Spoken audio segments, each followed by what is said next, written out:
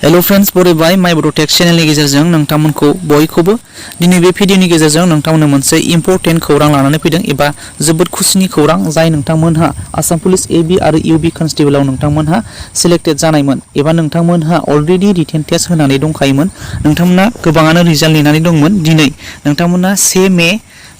11 AM आव नोंथांमोनहा रिजाल्टखौ मोननो हासिगोन जाय दिनै नोंथांमोननि थाखाय खुसिनि खौरां एबा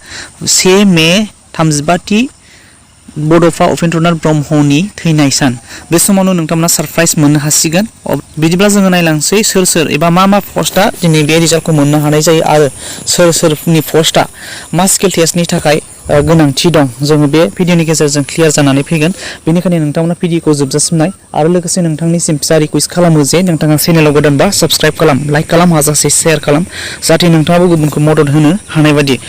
1645 vacancies-नि बियो यूबी कन्स्टेबल बिनिफ्राय 2300 vacancies-नि एबी कन्स्टेबलमोन बिनि अनगायै 114 जाहैबाय बियो कन्स्टेबल एबी बेकलॉग पोस्ट बियो हिल्सनिमोन हिल्स ट्राइबफोरनि बिनिफ्राय 58 पोस्टआ जाहैबाय बोर्डमेन बिनिफ्राय 654 जाहैबाय ड्राइभार कन्स्टेबल बेफोरबायदिनो नोंथांमोना गुबुन गुबुन पोस्टनि बेवहाय मोननो हादों आरो जों बेखौ जों बुजिनानै लागोन दिनै बेबायदिनो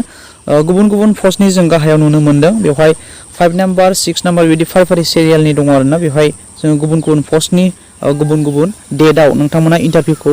मोननो हानाय जागोन आरो बिनि रिजाल्ट एबा बिनि एडमिट कार्डखौ माब्ला होगोन नोंथांमोननि थाखाय गुबुन मोनसे भिडिअनि गेजेरजों नोंथांमोननो शेयार खालामनाय जागोन अब्ला जोङो बुजिनानै लानोसै सोर सोरनि रिजाल्टआ बबे समाव आरो माब्ला टेस्टआ एबा स्किल टेस्टआ जागोन बेखौ जों मिथिनानै लागोन नोंथांमोना रिजाल्टखौ मोननो थाखाय गाहायनि वेबसाइटनि सिङाव थांब्लानो जागोन एबा दिनैनि सम जानाखि 11 AM एबा 1 मे 2025 बे समाव नोंथांमोना मोननो हागोन एबी कन्स्टेबल आरो यूबी कन्स्टेबलनि आरो गुबुन गुबुन माखासे पोस्टफोरनि नोंथांमोना रिजाल्टखौ मोनगोन आरो दिनैनि रिजाल्टआव जाय नोंथांमोना सिलेक्ट जागोन नोंथांमोनहा मेनि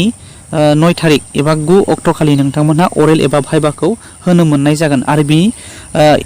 एडमिट डाउनलड खालामनायनि गुबुन मोनसे नोंथांमोना डेट मोननो हानाय जागोन बिनि अनगायै नोंथांमोना बेहाय नुनो मोनदों 10 निफ्राय 11 सिमा बियो जाहैबाय 14 थारिख मेआव नोंथांमोनहा मोननो हागोन आरो नोंथांनि स्किल टेस्टफोरखौ बियो 10 निफ्राय 11 आ मा जों बेखौ नायनोसै आरोना सोर सोर पोस्टआ गोग्लैदों जों बेखौ नायगोन 10 निफ्राय नैबे 11 सिमा बेनिया जाहैबाय बियो अरेल टेस्ट गैया बेवहाय अरेल टेस्ट गैया एबा भाइभा गैया आरोना बिनिफ्राय बिसनिया जाहैबाय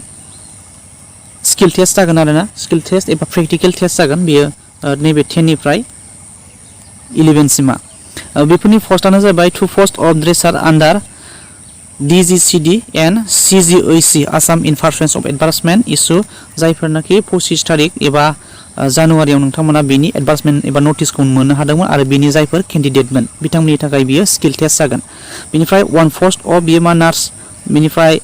2 पोस्ट अफ लेबोरेटरी टेक्निशियान बेफोरबायदि गुबुन गुबुन बेवहाय पोस्टफोर दङ जाय नोंथांमोनहा 10 आरो 11 आव गोग्लैदों नोंथांमोननि थाखाय बियो स्किल टेस्ट एबा प्रेक्टिकल टेस्ट जागोन आरो बिनि डेटआ जाहैबाय गाहायाव दङ नोंथांमोनहा मोननो हागोन बिनि डेटआ जाहैबाय 14 थारिख मे खालि नोंथांमोना बेनि प्रेक्टिकल टेस्टखौ लानो हानाय जागोन एबा लानो मोनगोन बेनिफ्राय अनलि बेवहाय 9 बेवहाय गोजौआव नुनो मोनदों बेहाय 9 आव मा पोस्टफोर जों बेखौ मिथिनानै लानि बेहाय 9 दङ 12 पोस्ट अफ सिभिल डिफेन्स डेमनस्ट्रेटर एबा बिनि वायरलेस अपारेटर बिथांमोननिया जाहैबाय मा होनो गाहायाव नुनो मोनदों बटमेन्सबो दं आरोना बेवहाय 16 थारिख मेआव आरोना बिथांमोननि स्किल टेस्टआ बियो 16 थारिख मेआव बेनिफ्राय गोजौ फारसे जायनाखि 1 निफ्राय 8 सिम बेफोर गासैबो अरेल टेस्टआव गोग्लैजोबगोन बियो बेनिफ्राय ओरै गोजौजों गासैबो बेनिफ्राय गोजौजों गासैबो एबी आरो यूबी कन्स्टेबलनिफ्राय लानानै गासैबो गुबुन गुबुन पोस्ट जायनाखि ड्राइभार पोस्ट बिथांमोननियाबो अरेल टेस्ट जागोन आरोना